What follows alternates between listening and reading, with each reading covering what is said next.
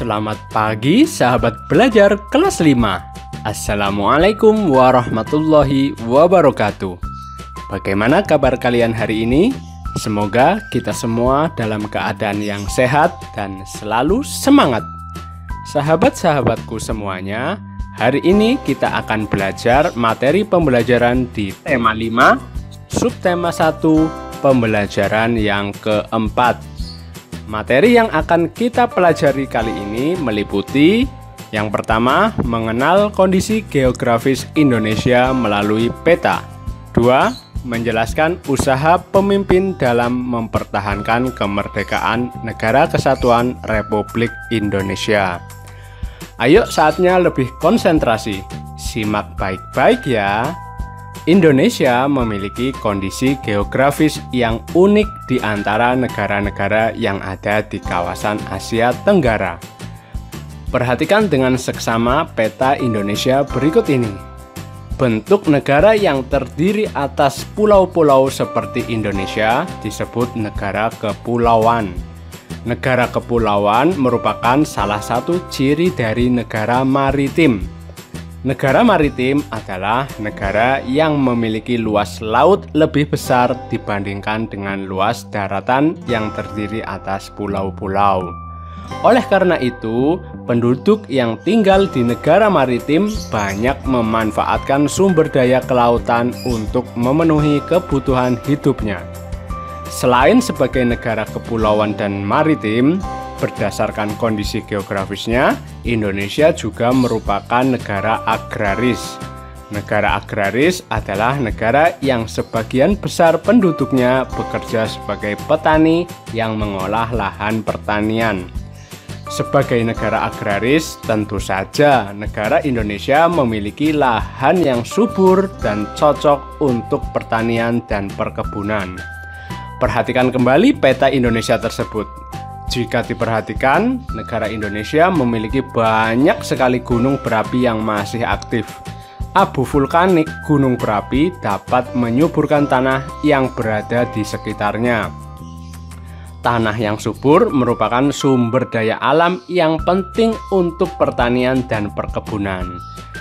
Nah, sahabat, selanjutnya, masih ingatkah kalian dengan peristiwa Sumpah Pemuda yang terjadi pada tahun 1928? Kalian tentu ingat juga dengan sumpah yang telah diikrarkan para pemuda mewakili masyarakat Indonesia. Bagaimana menurut kalian peran para pemuda saat itu? Apa akibat dari sumpah tersebut bagi bangsa dan negara Indonesia? Yuk simak lebih lengkap penjelasannya. Usaha mempertahankan Negara Kesatuan Republik Indonesia. Pemikiran tentang pentingnya persatuan dan kesatuan bangsa untuk mewujudkan negara yang berdaulat tidak lepas dari pengaruh berdirinya organisasi Budi Utomo. Budi Utomo berdiri pada tanggal 20 Mei 1908. Organisasi itu berdiri berdasarkan pemikiran seorang lulusan sekolah dokter Jawa atau Stovia bernama Dr. Wahidin Sudirohusodo. Dr. Wahidin Sudirohusodo ingin mengubah cara berjuang rakyat Indonesia dari perjuangan fisik kepada cara perjuangan melalui pendidikan. Ide ini menarik perhatian seorang mahasiswa Stovia bernama Sutomo, yang pada akhirnya mendirikan organisasi modern pertama di Indonesia bernama Budi Utomo. Perjuangan Dr. Wahidin Sudirohusodo dan Dr. Sutomo adalah berusaha membangkitkan kesadaran masyarakat Indonesia kala itu terhadap pentingnya persatuan dan kesatuan bangsa tanpa perlu mempermasalahkan perbedaan agama dan suku. Keberadaan Budi Utomo telah menumbuhkan semangat dan menandai terjadinya kebangkitan bangsa secara nasional. Sementara kebangkitan pemuda Indonesia ditandai dengan peristiwa Sumpah Pemuda pada tanggal 28 Oktober 1928. Pada kenyataannya, semangat persatuan dan kesatuan selalu mendapatkan tantangan. Tantangan ini berupa perlawanan dari bangsa asing maupun tantangan dari warga negara Indonesia yang tidak menginginkan persatuan bangsa. Untuk melawan kekuatan asing, muncullah perlawanan masyarakat di segala penjuru Indonesia yang melahirkan tokoh-tokoh yang gagah berani. Jenderal Sudirman dan Bung Tomo merupakan dua dari sekian banyak tokoh nasional yang terkenal berani melawan kekuatan asing yang mengancam kesatuan negara Indonesia. Kedua tokoh tersebut berjuang sekuat tenaga untuk mempertahankan kemerdekaan Indonesia yang telah diproklamasikan pada tanggal 17 Agustus 1945.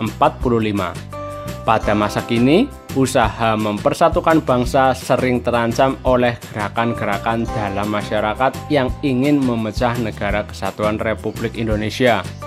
Gerakan Aceh Merdeka di Aceh dan gerakan organisasi Papua Merdeka di Papua merupakan gerakan masyarakat yang ingin memisahkan diri dari NKRI pada masa Orde Baru. Setelah masa Orde Baru selesai, digantikan oleh masa reformasi. Para pemimpin nasional pada masa itu berusaha keras melakukan perundingan-perundingan untuk meredam aksi perpecahan tersebut.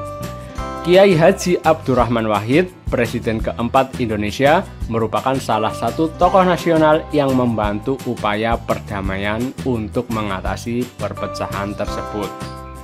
Kawan-kawan, yuk coba sekarang gunakan informasi dari bacaan tersebut dan dari sumber lainnya untuk menjawab pertanyaan-pertanyaan berikut ini. Yang pertama, mengapa tanggal 20 Mei yang merupakan tanggal berdirinya organisasi Budi Utomo diperingati sebagai Hari Kebangkitan Nasional? Tepat sekali. Keberadaan Budi Utomo telah menumbuhkan semangat dan menandai terjadinya kebangkitan bangsa secara nasional.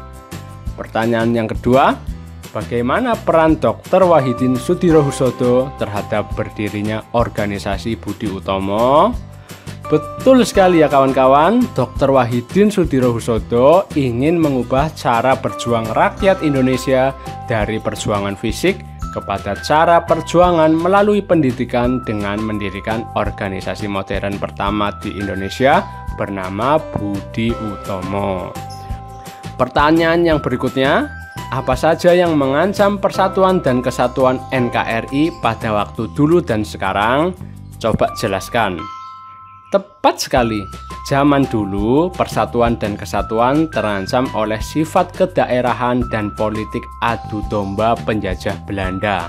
Pada saat ini, usaha mempersatukan bangsa sering terancam oleh gerakan-gerakan dalam masyarakat yang ingin memecah belah negara kesatuan Republik Indonesia, seperti gerakan Aceh Merdeka dan gerakan organisasi Papua Merdeka. Kemudian pertanyaan yang keempat, apa saja usaha yang telah dilakukan untuk mengatasi ancaman terhadap keutuhan NKRI pada waktu dulu dan sekarang? Betul sekali ya kawan-kawan, pada zaman dulu Dr. Wahidin Soedirohoesodo dan Dr. Sutomo berusaha membangkitkan kesadaran masyarakat Indonesia kala itu terhadap pentingnya persatuan dan kesatuan. Pada masa sekarang, para pemimpin nasional berusaha keras melakukan perundingan-perundingan untuk meredam aksi perpecahan. Oke kawan-kawan, sampai di sini dulu ya pembelajaran yang kita pelajari hari ini. Semoga bermanfaat dan dapat kalian pahami dengan baik. Terima kasih, sampai jumpa pada pembelajaran berikutnya. Wassalamualaikum warahmatullahi wabarakatuh.